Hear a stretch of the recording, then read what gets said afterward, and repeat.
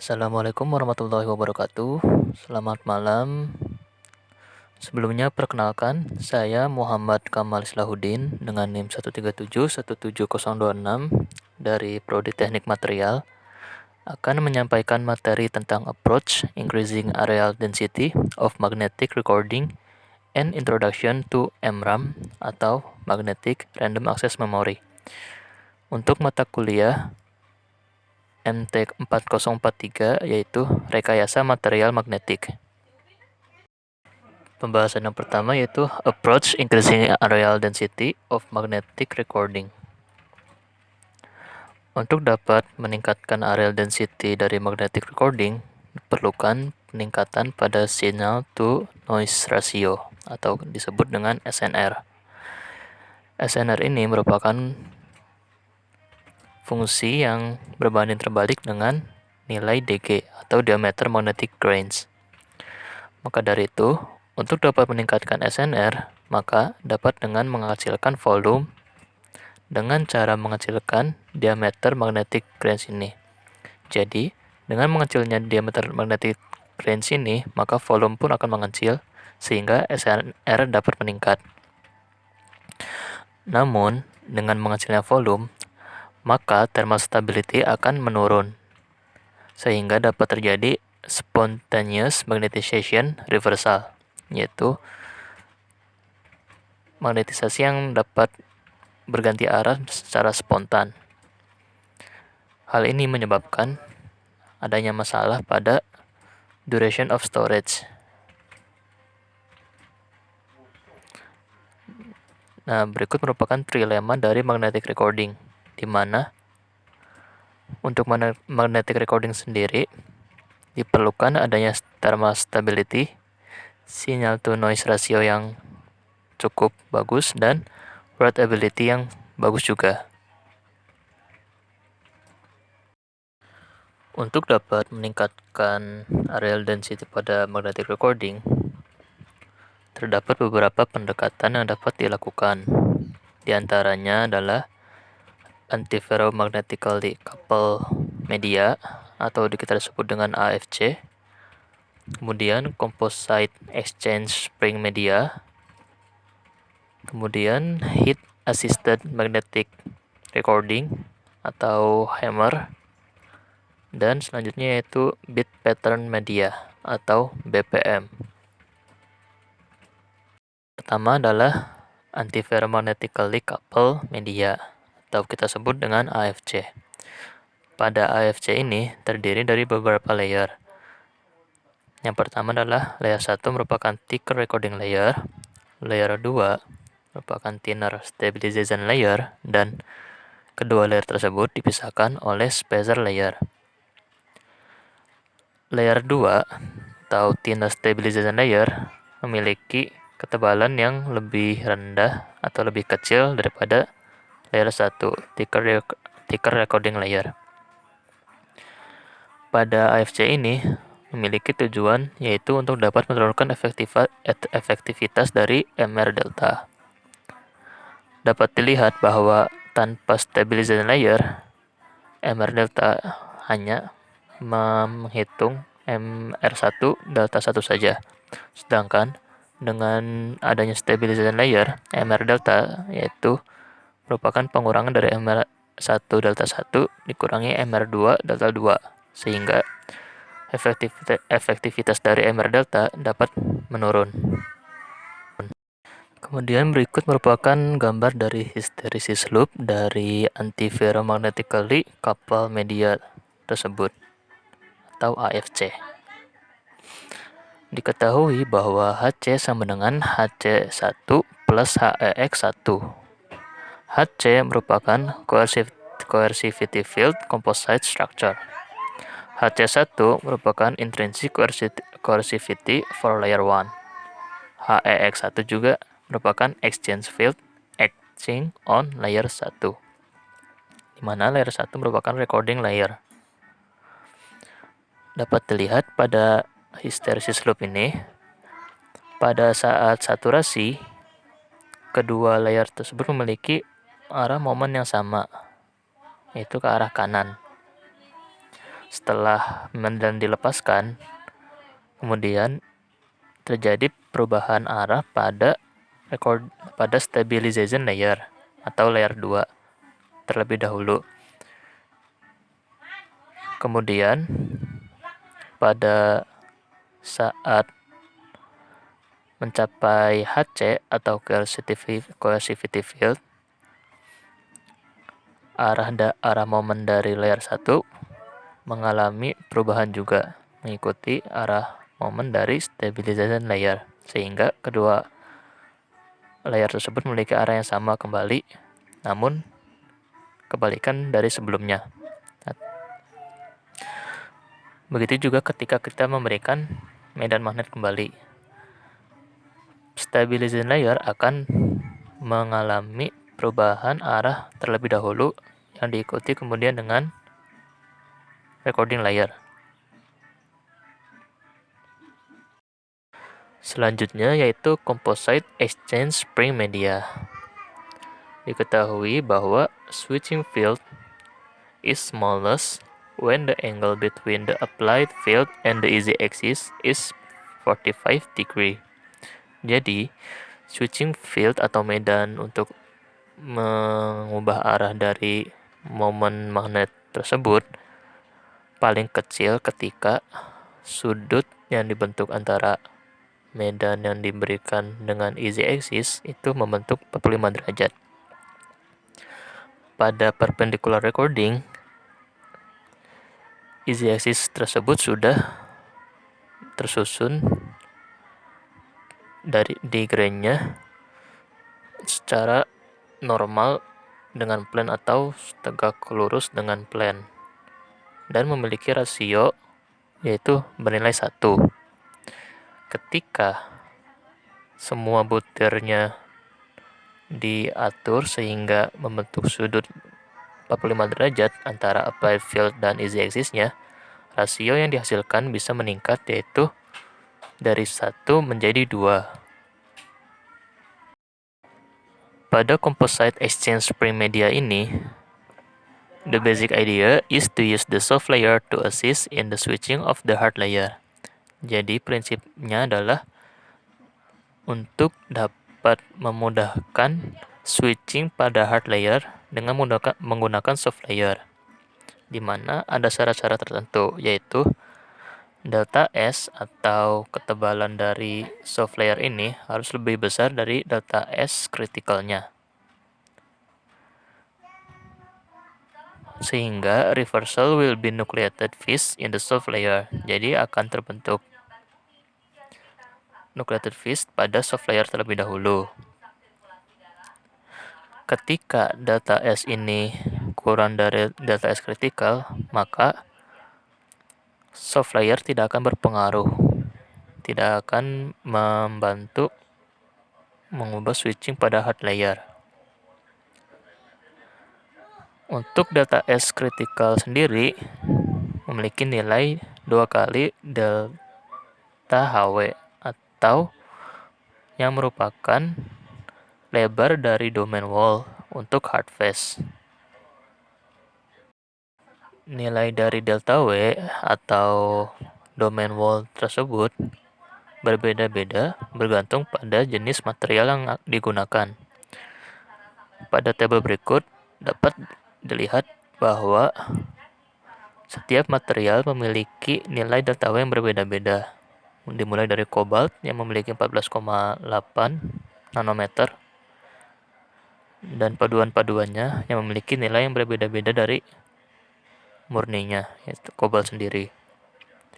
Dan pada FEPD juga memiliki delta W yaitu 7,5 nanometer.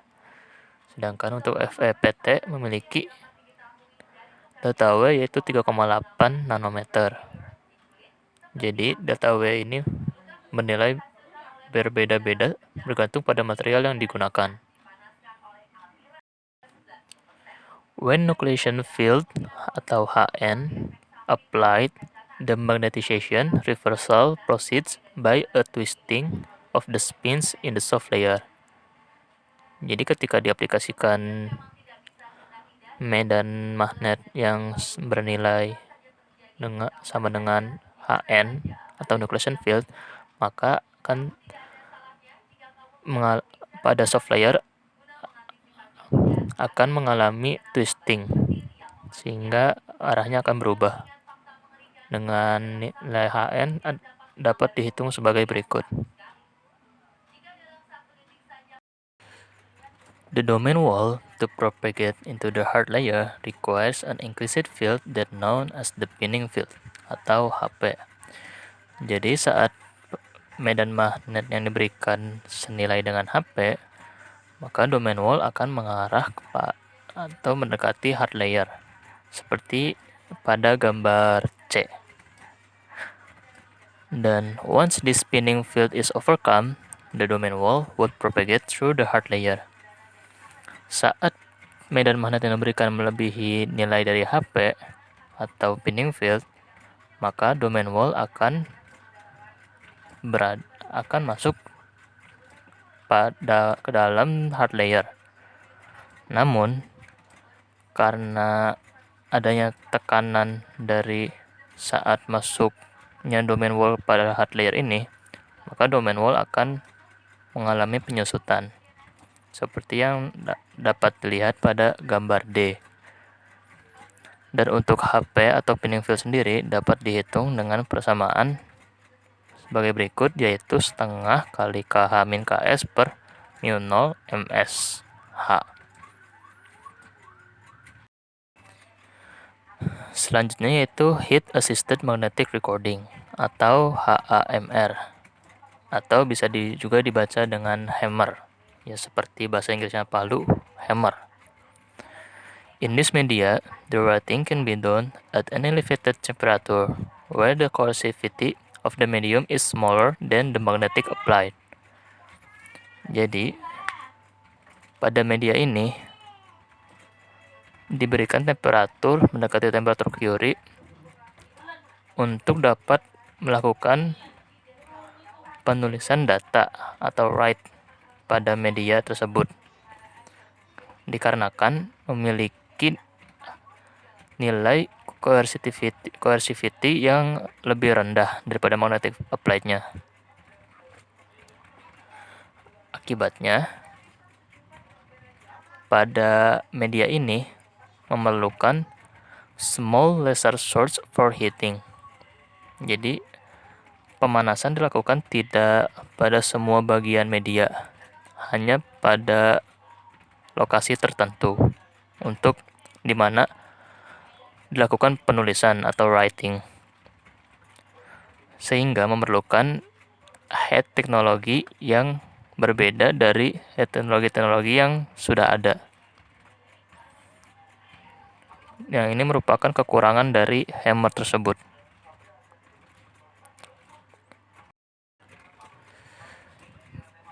Dapat dilihat bahwa hysteresis loop dari hammer ini berbentuk seperti pada gambar berikut, di mana T2 merupakan temperatur yang mendekati temperatur Curie dan lebih besar daripada T1.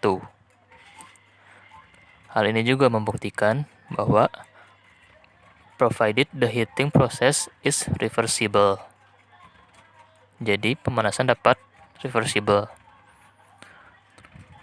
Setelah mengalami saturasi pada T2, kemudian medan yang diberikan dihilangkan dan sekaligus diturunkan temperaturnya ke T1 dengan asumsi bahwa magnetisasi tidak membeku pada superparamagnetic state. Jadi dengan asumsi bahwa tidak terjadi ada superparamagnetisasi pada hammer ini.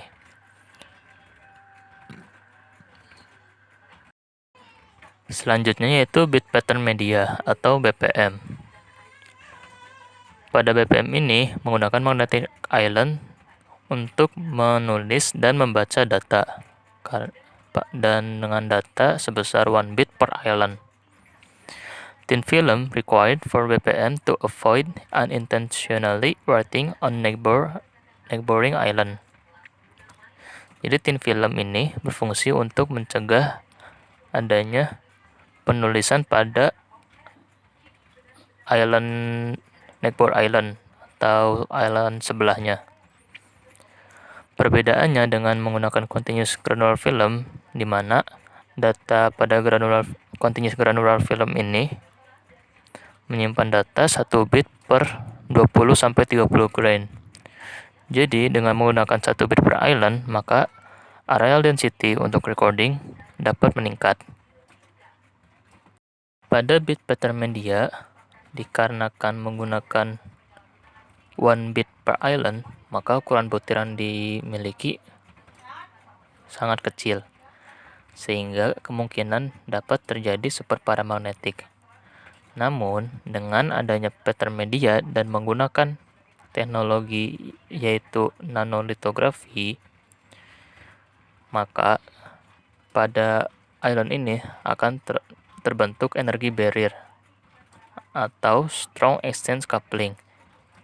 Dengan adanya energi barrier ini, maka butir-butir atau island tersebut dapat bertahan dari temperatur tinggi dan juga tidak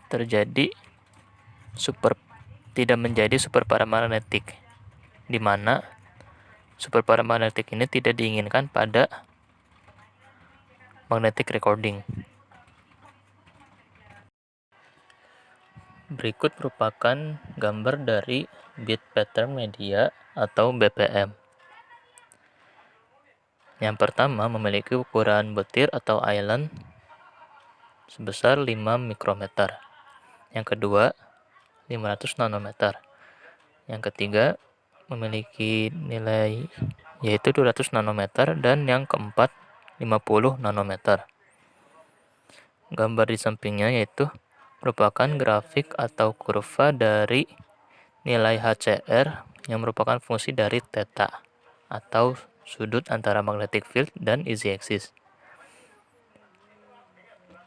Seperti yang diketahui pada pembahasan sebelumnya, nilai H akan memiliki nilai paling kecil pada saat sudutnya yaitu 45 derajat, sesuai dengan gambar yang ditunjukkan. Pembahasan selanjutnya yaitu Introduction to MRAM atau Magnetic Random Access Memory. Magnetic Random Access Memory atau MRAM made of two magnetic electrode with a very thin insulating barrier sandwiched in between. Jadi dia terdiri dari dua magnetic elektroda magnetik, yaitu storage dan reference layer, di mana reference layer ini bersifat tetap fix dengan antiferromagnetic layer di bawahnya. Dapat dilihat pada gambar di slide bahwa storage layer merupakan bagian yang dibaca datanya, yang dapat menghasilkan nilai 1 atau 0 dan dapat diubah juga data tersebut. Seperti yang dapat dilihat pada gambar, setiap sel diletakkan pada conducting wire yang disebut word line dan bagian atas dan bit line pada bagian bawah. Conducting wire ini disusun secara ortogonal. Dan di setiap perpotongan antara word line dan bit line terdapat satu sel. Seperti yang dapat dilihat pada gambar di slide ini, setiap perpotongan pada garis ini merupakan terdiri dari sel-sel yang dibahas pada slide sebelumnya. Ketika conducting wire diberikan arus, maka akan terjadi medan pada conducting wire tersebut. A cell located at specific intersection can be directly addressed. Jadi setiap sel yang ada pada perpotongan tersebut dapat dengan langsung addressed. The storage layer switch by passing the minimum current to generate both threshold field. Jadi untuk dapat switch storage layer dapat dengan cara memberikan minimum current to generate both threshold field Hx dan Hy, di mana Hx merupakan field pada word pada bit line dan Hy merupakan field pada word line. Namun, ada sebagian sel yang hanya mengalami half address akibat hanya bekerjanya Hx saja atau Hy saja, sehingga akan sulit untuk dilakukan switching. Untuk mengatasi masalah dari sel half address tersebut, maka dibuat desain baru di mana storage layer pada desain ini menggunakan 3-layer synthetic antiferromagnetic yang sebelumnya hanya 1 layer saja. Dengan mengubah desain pada storage layer ini, maka switching dapat dilakukan dengan mekanisme yang akan dibahas pada slide selanjutnya. Gambar berikut merupakan mekanisme dari switching pada desain yang menggunakan 3-layer synthetic antiferromagnet pada storage layernya. Gambar ini terdiri dari 5 bagian, yaitu T0, T1, T2, T3, dan T4. Di mana T0 merupakan kondisi awal dari storage layer ini. Dapat dilihat bahwa pada T0, word line dan bit line belum terdapat pulse, sehingga momen pada kondisi ini berada pada z-axis, dan kita sebut sumbu pada z-axis ini kita sebut sebagai antiparallel axis. Kemudian pada T1 terdapat arus di sumbu X atau pada word line yang menghasilkan medan magnet Hy, sehingga momen yang berada pada x-axis akan berputar seperti yang dapat dilihat pada gambar T1, di mana antiparallel axisnya berada pada x-axis dan tegak lurus terhadap Hy. Kemudian pada T2, di mana pulse yang berada pada word line masih ada dan terdapat juga pulse pada bit line, sehingga menghasilkan adanya arus di bit line dan menghasilkan medan magnet pada arah X atau Hx, sehingga momennya akan berputar kembali dan juga menghasilkan H efektif akibat adanya Hy dan Hx ini. Antiparallel X-nya sekarang berada pada tegak lurus terhadap H efektifnya, yaitu pada sumbu hard axis. Ketika pulse pada word line dihilangkan, namun masih ada pulse pada bit line, maka momen akan berputar kembali, sehingga antiparallel X-nya berada pada sumbu Y, dan momen magnetnya dapat dilihat pada gambar T3 ini arahnya. Kemudian pada T4, ketika kondisi pada word line dan bit line sudah tidak ada pulse lagi, maka momen akan tersusun kembali berada pada z-axis. Namun berada pada z-axis sama seperti kondisi awalnya, namun dengan arah yang sudah bertukar atau sudah terswitch dan